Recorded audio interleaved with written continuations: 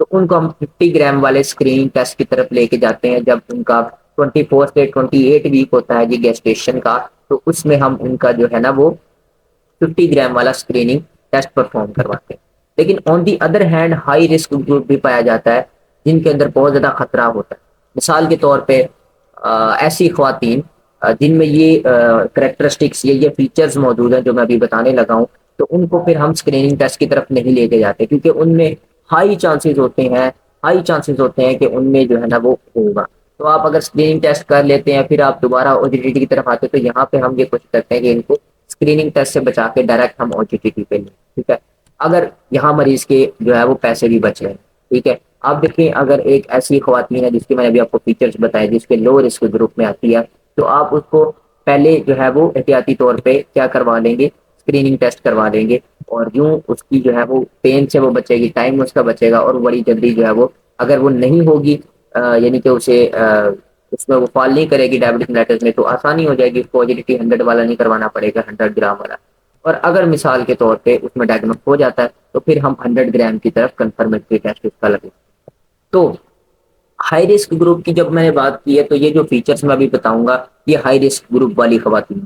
تو ان میں marked obesity ہوتی ہے، ٹھیک ہے، یعنی کہ بہت زیادہ جو ہے موٹاپا ان میں پایا جا رہا ہوتا ہے، اور ان کی پرسنل ہسٹری ہوتی ہے GDM کی، یعنی کہ پہلے بھی ان کو GDM ڈیولپ ہو چکا ہو، اگر مثال کے طور پہ یا تو موٹی خواتین بہت زیادہ اوبیس، اور یا پھر جو ہے وہ خواتین جن کو پہلے بھی یہ مسئلہ درپیش رہا ہے، پہلی دفعہ بھی یا پچھلی دفعہ پہلے بھی ہسٹری میں ان کے GDM ان کو ہوتا رہا ہے۔ اس کے علاوہ گلائکوسوریا، یعنی وہ خواتین جن کے یورین کے اندر گلوکوز کی لیول بہت زیادہ آ رہی ہے، کیونکہ گلائکوسوریا ہوا پڑا ہے۔ تو اس کے علاوہ کیوں ہوتا ہے گلائکوسوریا، یہ تھوڑا سا سمجھ لیں، میں مختصر کر کے بتاتا ہوں۔ جب آپ کے پلازما میں شوگر بہت زیادہ ہوگا تو یورین عام طور پہ کیا کرتی ہے، گلوکوز کو فلٹر کر دیتی ہے، ٹھیک ہے، باڈی کے اندر، لیکن یورین جب بنتا ہے، لیکن جب بہت زیادہ ہوتا ہے تو وہ پھر یورین میں بھی آنا شروع ہو جاتا ہے، تو باڈی اسے فلٹر نہیں کر پاتی۔ جیسے مثال کے طور پر آپ کے پاس ایک فلو گزر رہا ہے، ٹھیک ہے، اور اس فلو میں سے یعنی کہ ایک پانی کی جھیل ہے جو کہ گزر رہی ہے آپ کے سامنے سے، اور اس میں سے آپ جو ہے وہ 5 جو ہے وہ مچھلیاں اٹھا سکتے ہیں، ٹھیک ہے، لیکن کیا ہوتا ہے کہ جب آپ کے پاس بہت زیادہ مچھلیاں گزریں گی اس فلو میں سے، تو آپ کیا کریں گے کہ آپ تو 5 ہی اٹھا سکیں گے نا، تو باقی تو گزر جائیں گی وہاں سے۔ تو اسی طرح سمجھیں ان مچھلیوں کو گلوکوز اور وہ بہت زیادہ تیزی کے ساتھ اس میں سے فلو کرتی ہیں اور یورین میں آنا شروع ہو جاتی ہے، ٹھیک ہے، اور کڈنی اس کو ری ابزورب نہیں کر پاتا، پکڑ نہیں پاتا، جو کہ اس کی کیپیسٹی ہے نارمل کنڈیشن کے اندر، تو وہ اس کو پکڑ نہیں پاتا، جس کی وجہ سے وہ یورین میں آتی ہے، جس کو گلائکوسوریا کہتے ہیں۔ تو ایسی خواتین میں بھی گلائکوسوریا ہے، اس کا مطلب کہ شوگر ان کی زیادہ، تو ایسی خواتین میں بھی پھر 100 گرام پر کنفرمیٹری ٹیسٹ لگوا۔ اس کے بعد اسٹرانگ فیملی ہسٹری، ایک اپنی ہسٹری یا دوسری فیملی ہسٹری، تو فیملی ہسٹری بھی ہے تو پھر اس کا بھی ہم 100 گرام لگواتے ہیں، کیونکہ ان میں بھی چانسز ہوتے ہیں کہ جو ہے نا وہ گیسٹیشنل ڈائبٹک میلیٹس ہو سکتا ہے۔ تو ان خواتین کا ہم ڈائریکٹ 100 گرام OGTT کرتے ہیں، ان کا ہم اسکریننگ ٹیسٹ نہیں کرتے۔ آئی ہوپ سو یہ پوائنٹ آپ کو سمجھ میں آیا ہوگا۔ ابھی ہم موو کرتے ہیں اسکریننگ ٹیسٹ کی طرف، یعنی کہ جسے ہم کہتے ہیں GCT، ٹھیک ہے جی، GCT گلوکوز چیلنج ٹیسٹ، یہ آپ کا 50 گرام والا ٹیسٹ سب سے آسان ٹیسٹ ہوتا ہے جس میں آپ کو کوئی فاسٹنگ نہیں چاہیے، یعنی کہ جب آپ یہ ٹیسٹ پرفارم کروائیں گے تو آپ کو بھوکا رہنے کی 10 12 گھنٹے 14 گھنٹے کوئی ضرورت نہیں، آپ بڑے مزے کے ساتھ آئیں گے اور کسی بھی ٹائم آپ آ کے بڑے آرام سے ٹیسٹ کروا سکتے ہیں، ٹھیک ہے جی۔ تو اس میں 50 گرام آپ کو دن میں کسی بھی وقت کسی بھی فاسٹنگ یا پریپریشن سے ماورا جو ہے وہ آپ کو یہ کروا دیا جاتا ہے۔ 50 گرام آپ کو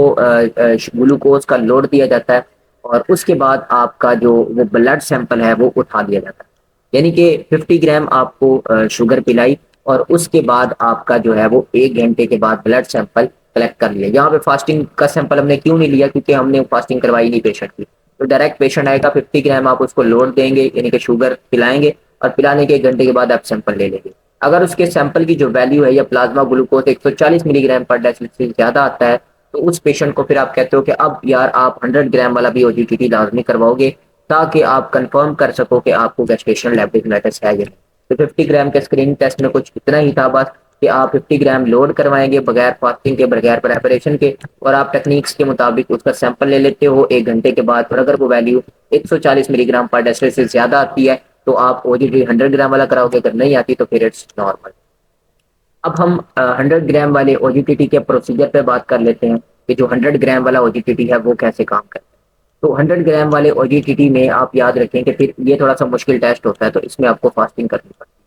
اس میں کیا ہوتا ہے کہ 8 سے 14 گھنٹے کی آپ فاسٹنگ کرتے ہو، اور اس کے بعد آپ کیا کرتے ہو کہ پیشنٹ کا جو ہے وہ سیمپل آپ میئر کرواتے ہو۔ سب سے پہلے آپ کے پاس پیشنٹ آتا ہے فاسٹنگ میں، تو فاسٹنگ کا سیمپل لے کے اس کے بعد آپ اس کو 100 گرام جو گلوکوز ہے وہ پانی میں مکس کر کے آپ اس کو پلا دیتے ہو، ٹھیک ہے۔ جیسے ہی وہ اس گلوکوز کو پیتا ہے، اس کے بعد آپ 0 ٹائم اسے کہتے ہیں، جیسے ہی اس نے شوگر پی لی 5 منٹ کے اندر اندر، اس کے بعد 0 ٹائم اسٹارٹ ہو گیا۔ اب 0 ٹائم سے آگے 1 گھنٹہ گزرا، آپ نے پھر سیمپل لے لیا، پھر مزید 1 گھنٹہ گزرا، آپ نے پھر سیمپل لے لیا، پھر مزید 1 گھنٹہ گزرا، آپ نے پھر سیمپل لے لیا، یوں آپ کے 4 سیمپل ہوتے ہیں۔ تو اگر کوئی بھی دو ویلیوز نارمل لمٹ سے ایکسیڈ کرتی ہیں تو ہم اس کو ڈائگنوز کر دیتے ہیں کہ اس کے اندر کیا ہے، گیسٹیشنل ڈائبٹیز ملیٹس موجود ہے۔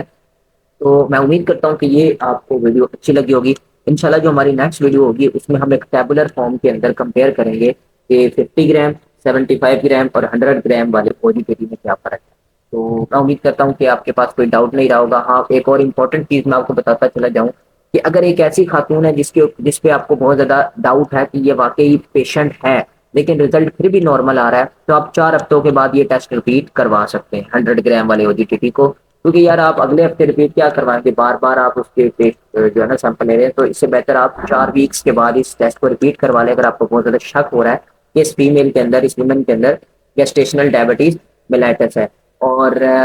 اس کے علاوہ آپ وہ خواتین جن کے اندر جی ڈی ایم ہو جاتا ہے، گیسٹیشنل ڈائبٹیز میٹو ہو جاتی ہے، تو یہ عام طور پہ بعد میں ختم ہو جاتی ہے،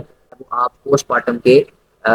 لازمی طور پہ جو ہے وہ یہ دوبارہ ٹیسٹ کروا لیں، تاکہ یہ آپ پتہ لگوا سکیں کہ انسولین کی جو رجسٹرز ڈیولپ ہوئی تھی، جو میں نے آپ کو اسٹارٹ میں بتایا تھا، یا ڈائبٹیز ڈیولپ ہوئی تھی ٹائپ 2 کی تھوڑی دیر کے لیے جی ڈی ایم بنی تھی، تو وہ کیا آپ کی باڈی نے اس کو اوور کم کر لیا ہے یا وہ آپ کی زندگی کا حصہ بن گئی ہے، ٹھیک ہے جی۔ تو اس کو کنفرم کرنے کے لیے 6 سے 12 ہفتے کے بعد، یعنی پوسٹ پارٹم کے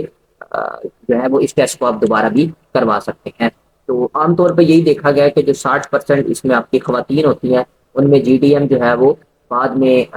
15 سال کے اندر اندر آنے والے جو ہے وہ آپ کی لائف کا حصہ بن جاتا ہے، ٹھیک ہے۔ تو اس کے لیے آپ کو یہ کوشش کرنی ہوتی ہے کہ آپ اپنی زندگی کو، اپنی لائف سٹائل کو مینج کریں، اور اپنی ڈائٹ کو مینج کریں، اپنے ویٹ کو مینج کریں، ٹھیک ہے۔ اپنی ڈائٹری ہیبٹ کو ضرور ملحوظ خاطر رکھیں، واک کریں ڈیلی، اور ان تمام جو ہے وہ چیزوں کو، پریکاشنس کو جو ہے وہ اپنے ذہن میں رکھیں۔ اور جس کو جی ڈی ایم ہوئی ہوتی ہے، جیسے میں نے آپ کو بتایا کہ 60% خواتین میں آنے والے 15 سالوں میں یہ لازمی طور پہ انہیں شوگر ہو جاتی ہے، ڈائبٹیز بن جاتی ہے 60% خواتین میں، وہاں سے ان کے جو اپنی ڈائٹری موڈیفیکیشن کرتی ہے۔ میں امید کرتا ہوں کہ یہ ویڈیو آپ کو اچھی لگے گی، انشاءاللہ نیکسٹ ویڈیو میں آپ سے ملیں گے۔ اور اگر ویڈیو اچھی لگی ہے تو کچھ سمجھ میں آیا تو لائک کر کے سبسکرائب کر لو، اور اگر کوئی سوال ہے تو وہ لازمی طور پہ کمنٹ سیکشن میں پوچھے گا، انشاءاللہ نیکسٹ ویڈیو میں ملیں گے۔